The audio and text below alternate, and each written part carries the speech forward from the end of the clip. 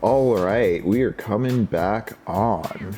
A lot of good stuff going on in the chat while I was gone. I just want to highlight 3256 pointing out the rise of femdom and findom, so financial domination and feminine domination, correlating to the hypermasculine reactionary. This is all springing from a chat we were having on the Discord about cocktails, which was another study done on the fetishes of the internet reactionaries,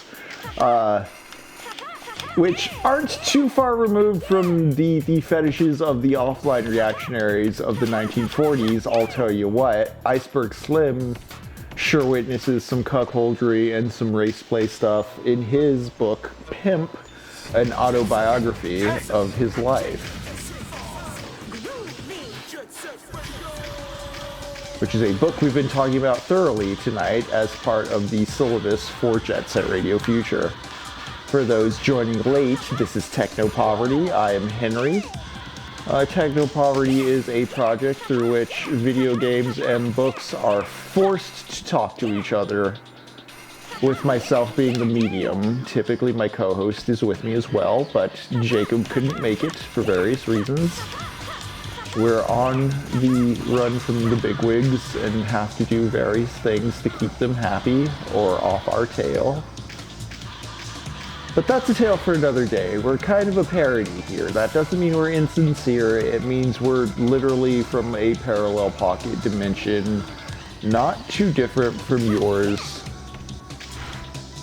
The water is slightly different,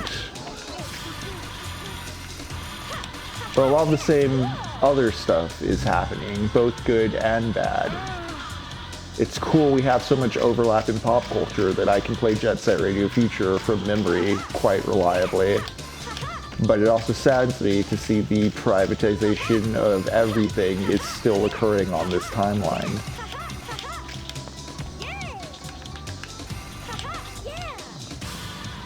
As always, we watch movies on the Discord as well, some scheduled, some not. We most recently had the Count of Monte Cristo, the 2024 French one, on, which I was quite impressed by. Surprisingly, well, first off, I think I want to go through this warehouse. It looked better than a lot of Hollywood period pieces from the past decade, simply because it was insisting on strong technical and practical skill. It wasn't just shot in the void, so it didn't look like a bunch of CGI slop. I mean, Ridley Scott's still trying, but something about Napoleon looked really washed out to me, although I did love The Last Duel. But going off of 3256's talk about suppression and expression through sexuality, I want to talk about the dramaturgy of the game. Because rival gangs have modes of expression. The Immortals dress a certain way. Poison Jam spreads their poison. The GGs spread their good vibes. The cops are suppression. They don't clean up the neighborhoods. I don't think they actually really care about any of the tagging going on. They just want to beat up kids. They're not cleaning up the neighborhoods. They're not beautifying the decrepit parts of Tokyo. They're not repairing the stuff they're running over with tanks. They just gotta get those Rudies. They gotta get those young boys. The state's for punishment, not for construction within this fiction. Okay, how do I get to Kiyaka Hill?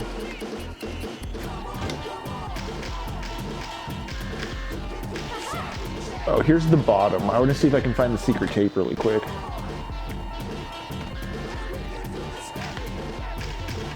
But I bring that up, the suppression, expression.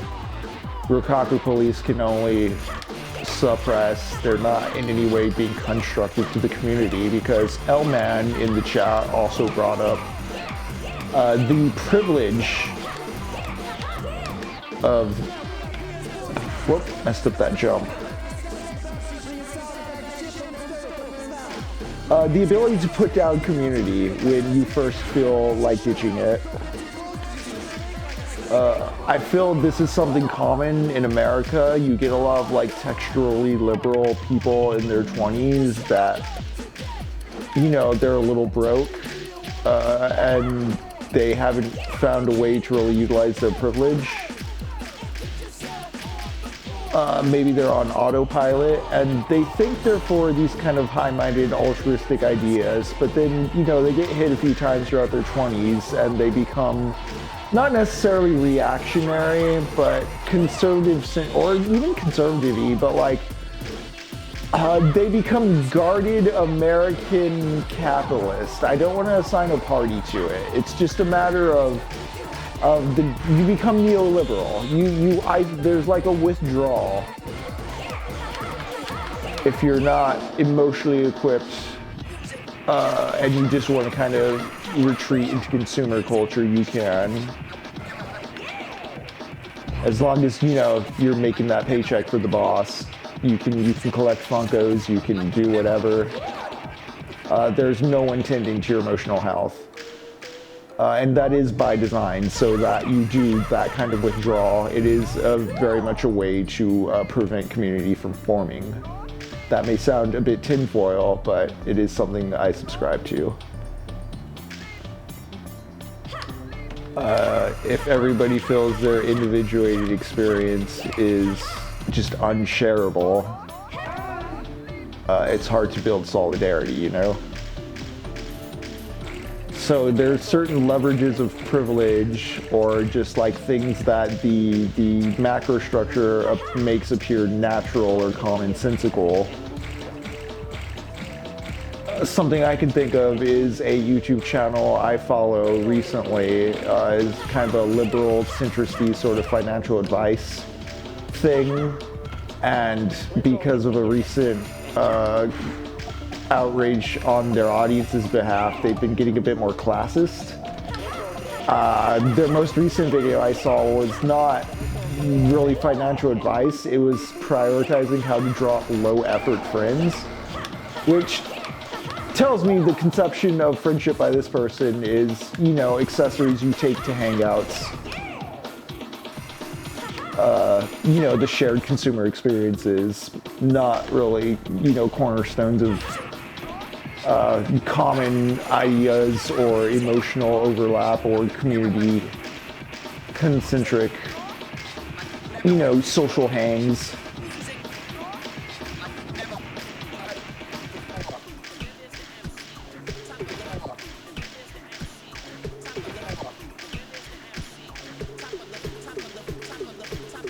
And to circle back around to the kind of like Christo, I brought this up a few times, but it is sort of the fiction for that cultural turn towards the neoliberal during the age of Napoleon. Oh, there's the tape. I went all around and was right here. But you know, Napoleon was the innovator on horseback because he was such a genius, and because of all the techniques and stuff he used. Like, the armies fighting against him had to adopt new methods of warfare and such. I don't think Ridley Scott's Napoleon really captured this well. I feel for how much he ragged on history, for how much he ragged on people who were nerds for history and how ahistorical that movie was going to be. It ended up feeling very much like something you needed to have consumed some Napoleon podcast to really understand the context on. The movie didn't stand on its own to me.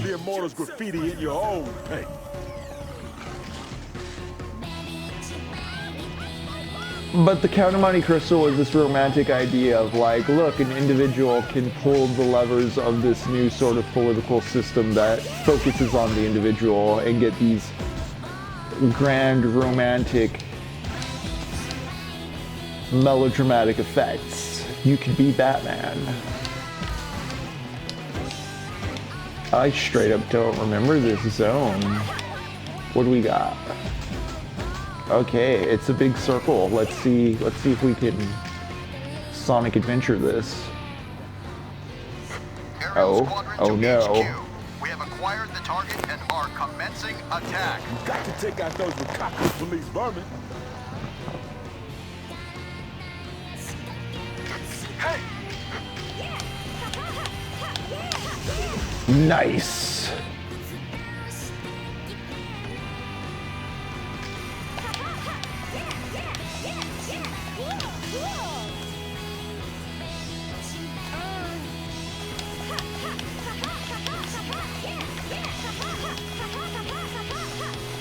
Is there one, or do they just chase me? Is it location dependent, or is it?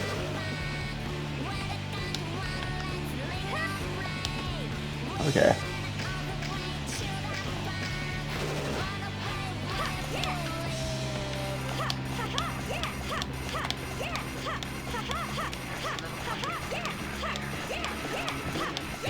Oh, I'm gonna be able to hit most of these tags in the circuit, it looks like, but yeah, where are the helicopters?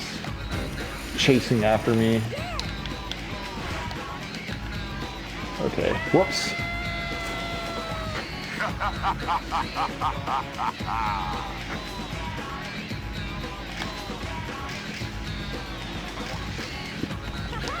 Yeah, and so the Count of Monte Cristo, the French 2024 one, it first off looks like a big budget movie, again, in a way that Hollywood movies have not for a moment due to their over-reliance on cost-cutting CGI measures. That was really refreshing to see, but also it may be the best film adaptation of the book, which is one of my favorite novels. I don't think a movie can really do it justice because, well, I'll get to that. I liked the movie. It's 3 hours long. It actually gets the conceit of the thing about revenge and change and waiting and hoping. It doesn't change the ending of the book for a more Hollywood ending, although it does still integrate some like more hammy and movie-esque elements. There's still like an obligatory like bad guy sword fight with Fernand and such. But it has Haiti, if you're familiar with the book, you know what I'm talking about. It has Haiti and it addresses that side of the count pretty well. But it is still dumb compared to the book, and that's because, as I was saying, part of the romance of the book and the story is that like this new age has this new system of politics and governance that an individual can exploit if they're like smart and cunning like the Count. And so much of that book is such a dry, formal, systematized takedown of his enemies using the legal system and not just like going in and stabbing them. You know, the way he does that self-destruction is very much like taking advantage of the whole system. It's not just a personal thing, it is justice. It has to be divine in his mind. And so the book has a very dense revenge scheme that you just can't really translate into anything else, I think.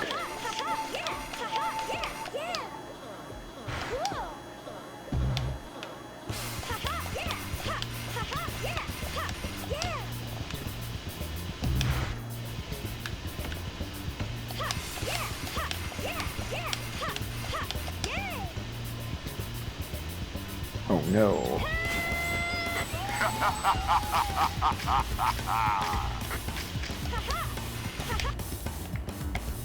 Okay, I'm gonna come around on those helicopters is my thinking.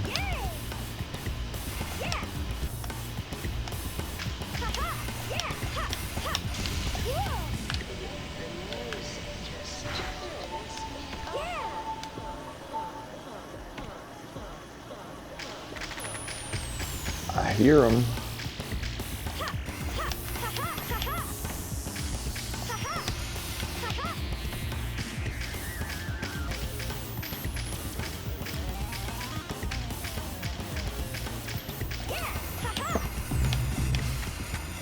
Also, chat, let me know if the stream mutes at any point.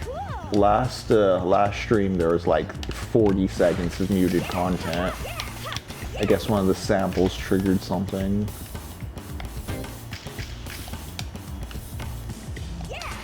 It's a very sample-heavy soundtrack. When I was doing some brush-up research for the game, I didn't realize that Sega at the time was doing a whole lot of sampling, and like the Sonic CE soundtrack had so much sampling going down in it that they had to just make a completely new one when it came to America, because the clearances were going to be like a pain in the ass. Okay, the muting happens in the VOD early, good to know. Only good to know. Okay, here we go. Oh, no, no, I just boned all of that. What was I thinking? I was like, here we go. Nope.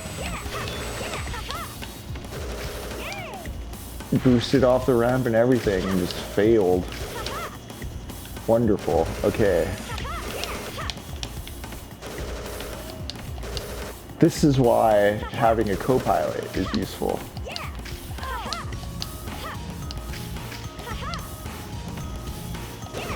I miss my whipping, boy. All right, how do I get these bastards? I don't know what accent that was trying to even be.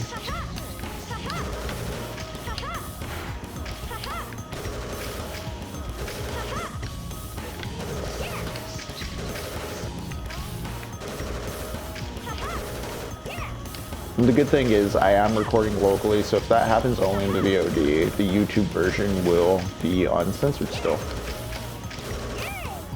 Shout out to the YouTube. Please follow us on YouTube. Give us a sub.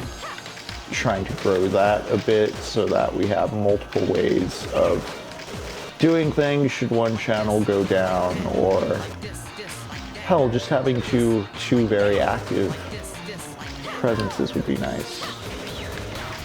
Maybe work out some restream stuff where I simultaneously go on both. So right now I should really focus on taking out this helicopter the right way.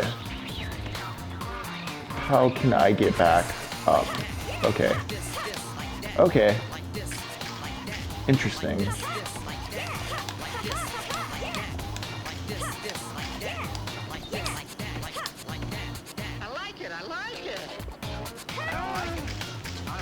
Dang, there's like this whole underground system here. What is this? I was annoyed at first, but it's kind of cool to like peek around.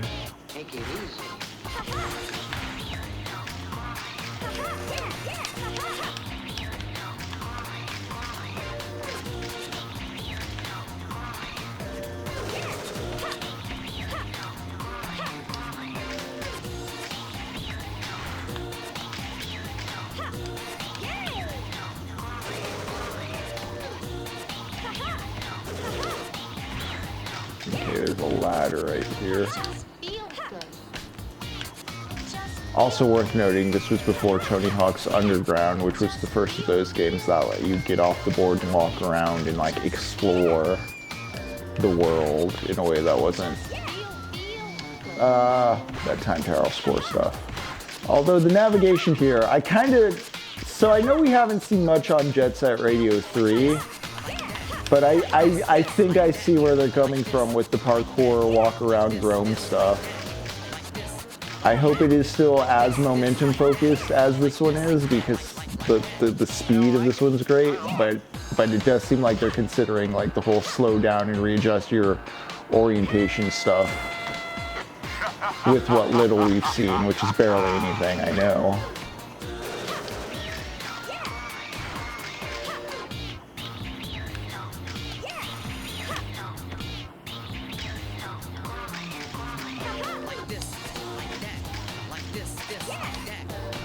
Okay, here we go, here we go, here we go.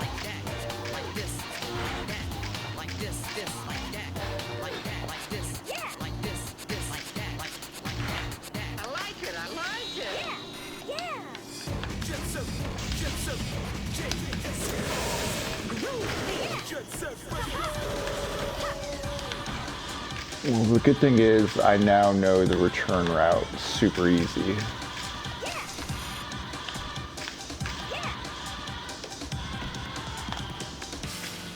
Let's actually have some skill about this, though. Because it seems like the actual graffiti will be pretty easy to grind around to.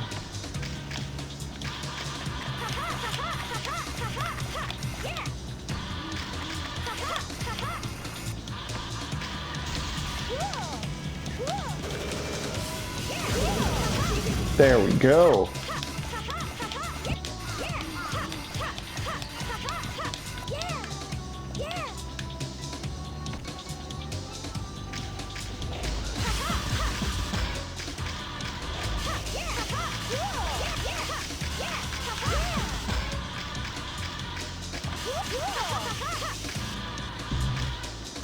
Dang. Out.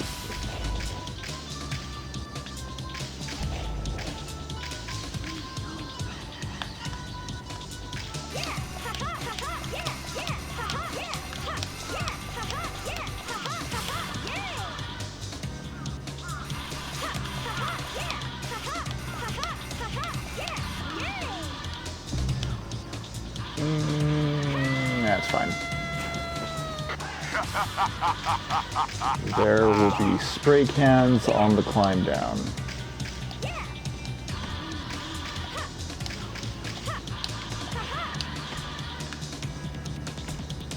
That I will just completely hop by.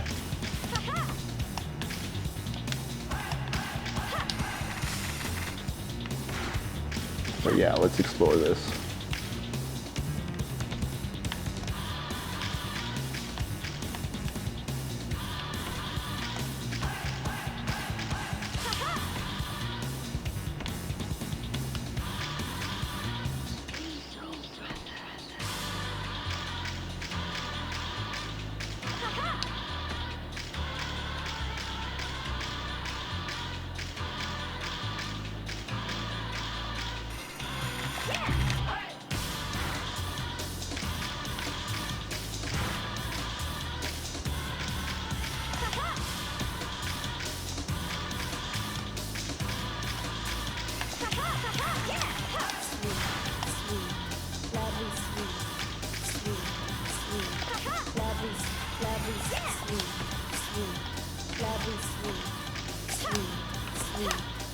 It's very sweet.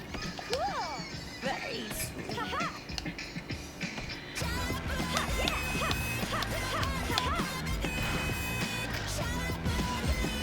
You got graffiti soul. Yes, I'm cooking for my son and his wife. It's his 70th birthday. Back to vandalism.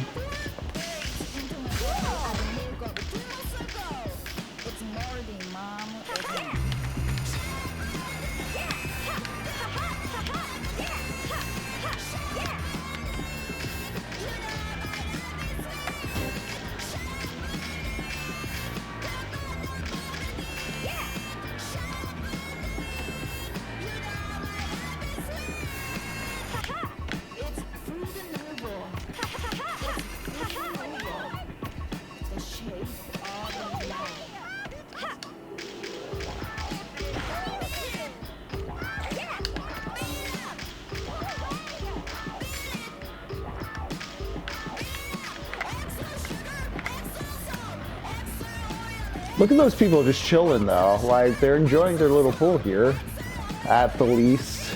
Beauty within the worst of conditions still persists. People go on. Alright. Let's beautify this joint.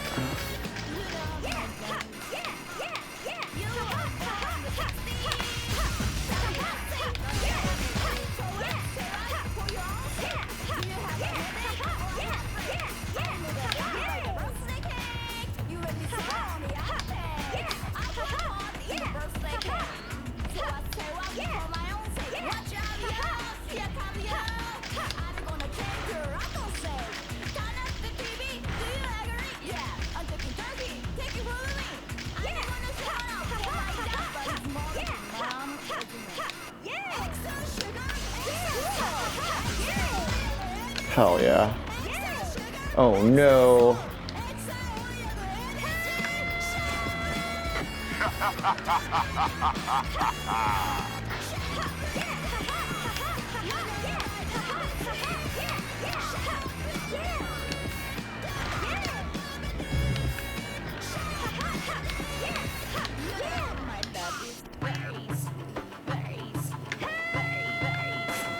Like Icarus.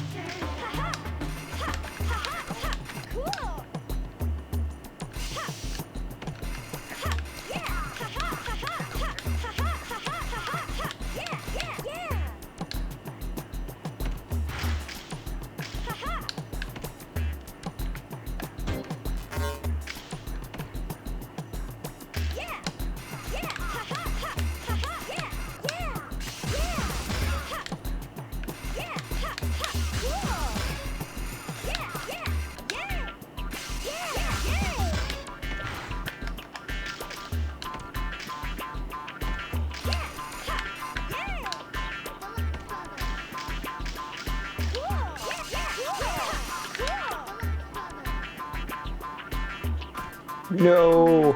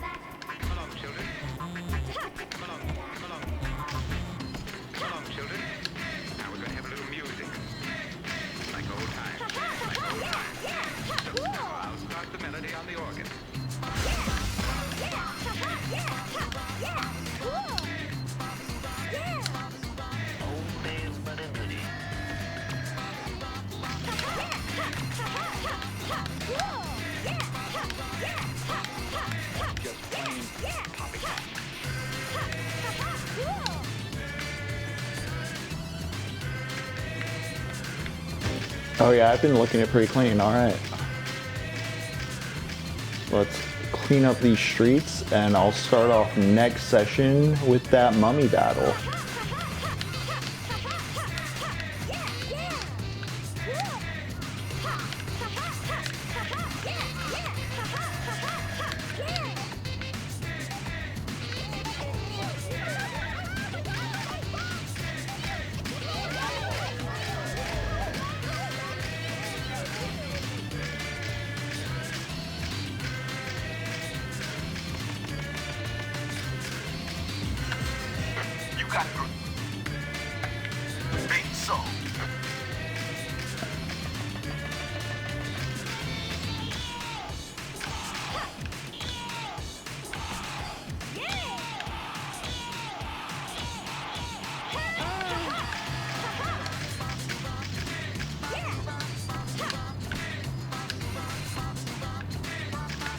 Ah.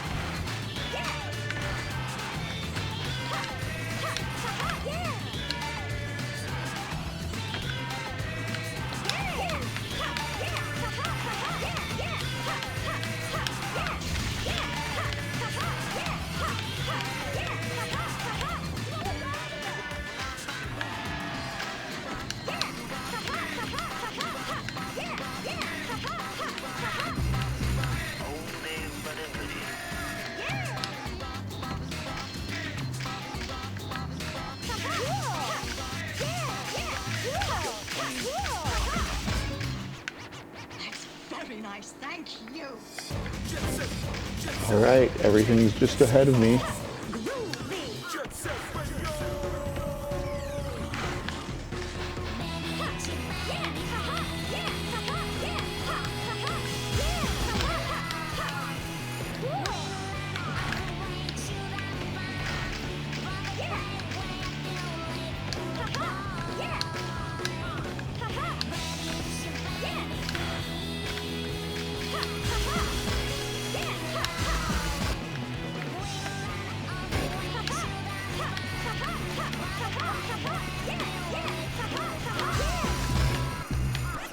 There we go.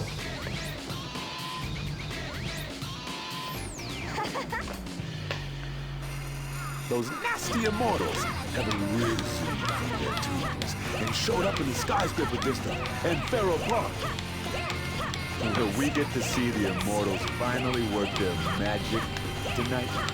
No, we won't. We've been talking about cuckoldry so much that I'm going to cuck the boss of this session. We will be kicking off next session with a fight against the immortals themselves, the real mummies alive. But for now, we're going to work our way back towards the garage. We're going to dance a little. I'm going to save.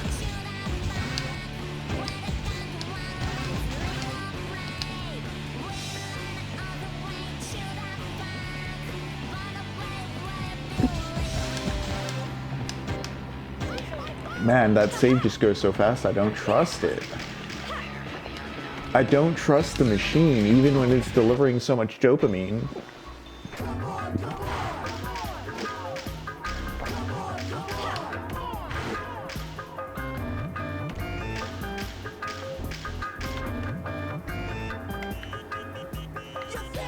The fortified residential run. There's a few places still pretty, yeah.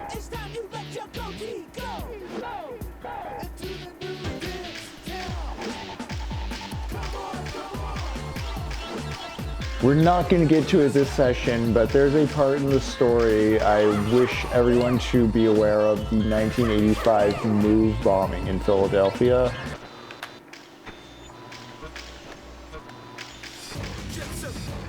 Because a lot of what that is, I'll save it for the later session. We'll be talking about it. We've talked a little bit with Free Huey and Stokely Carmichael about black nationalism and black power movements in the United States. You know, JSRF is taking from black culture with its use of hip-hop and sampling, and, you know, directly sampling Stokely Carmichael. Maybe we should listen to Whitey on the Moon.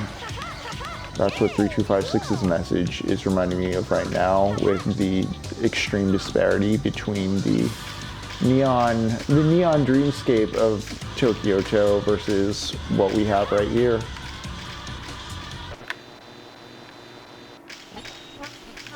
Cool. Yeah. All right, we've made it back to home base. Cool.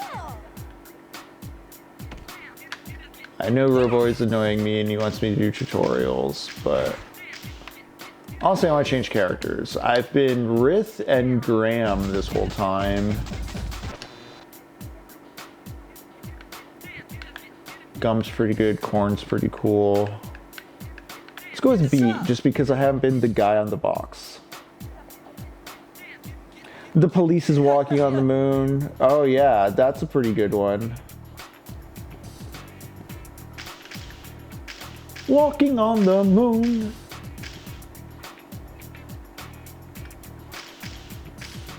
Tell me more, Aberlin. I'm gonna save really quick, and then I'm gonna dance out for a bit. Oh, we're gonna pretty much call it a night in a moment here.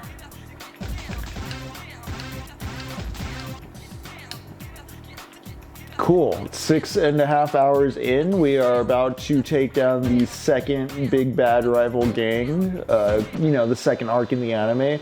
The Rokaku police remain an escalating force, helicopters and mechs this time, not just tanks. That's troublesome. Why does Rokaku Goji have so much power? And why is it that even though there are people doing legitimate harm on the streets, it is the gangs policing each other while the cops just kind of blow everything up? There's some really cool questions and ideas being raised here. Without much, it's not forced. It doesn't feel contrived. It's all very of the environment. It's so fucking good as far as what you can do with video game narrative, you know? So yeah. I'm gonna go ahead and leave them dancing. I'm gonna turn the audio down for a little.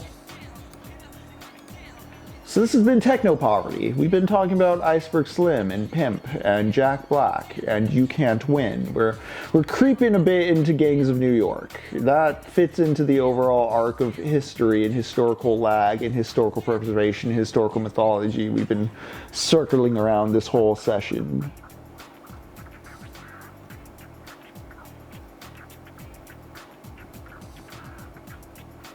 Oh yeah, just catch up with Aberlin there. But yeah, this has been TechnoPoverty. Thank you for joining me. We'll be back next week, as we are every week, Monday and Thursday, 7:30 p.m. CST. We're going to keep working through JSRF. I think Gangs of New York is going to be the next big focus. Again, upcoming, we're going to be talking about The Rebel. We're going to be talking about Outlaw Culture by Bell Hooks. We're going to be watching The Warriors. We're going to be watching Switchblade Sisters, Tokyo Tribe. JSRF's a big game. It may be the biggest game we've played. And I know I've been playing a lot of retro games, but there is a reason. And we are on a sort of causal path with all of this. As always, thank you for hanging out. If you want to hang out with us more, if you want to watch movies with us, just check the links on our link tree. We have a Discord that you can access through our Patreon or our Ko-fi. Until then, y'all take care.